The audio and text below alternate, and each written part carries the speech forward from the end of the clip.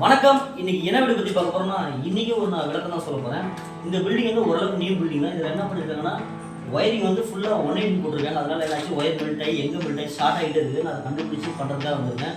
இந்த மாதிரி யாரும் தயவுசெய்து இந்த வேலையை பண்ணாதீங்க. இன்ஜினியராக இருக்கட்டும், மேஸ்திரியாக இருக்கட்டும், டோட்டல் கணக்கு பேசுகிற எலக்ட்ரிஷனாக கூட இருக்கட்டும், தயவு செஞ்சு ஏன்னா வாங்குற காசுக்கு தகுந்த மாதிரி ஒயர் போடுங்க. இதுக்கும் அதுக்கும் பெரிய வித்தியாசம் இல்லை. ஏன்னா காலம் ஃபுல்லாக வாழக்கூடிய வீடு இது. ஏன்னா வந்து பார்த்தீங்கன்னா அப்பப்போ நம்ம இடிச்சு கட்ட போகிறது, ஏன்னா கஷ்டப்பட்டு லோன் போட்டு கட்டுவாங்க. தயவுசெய்து அந்த மாதிரி ஏமாற்றி பண்ணால் அந்த பணம் நினைக்காது. தயவுசெய்து இந்த மாதிரி பண்ணிடாதீங்க.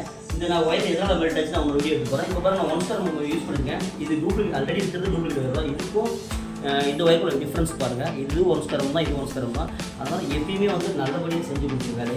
ஏன்னா இவங்க வந்து இப்போ எல்லா ஒயரும் மாத்திரம் இவங்களுக்கு எவ்வளோ செலவு தெரியுங்களப்போ. அதனால் தயவு செஞ்சு கரெக்டாக தான் போடுங்க. இந்த மாதிரி நான் முக்கியமான பயன்கள் நிறைய எடுத்து தெரியாமல் தெரிஞ்சுக்கோங்க. இதில் பிடிச்சிருந்தா லைக் பண்ணுங்கள். தேங்க்யூ.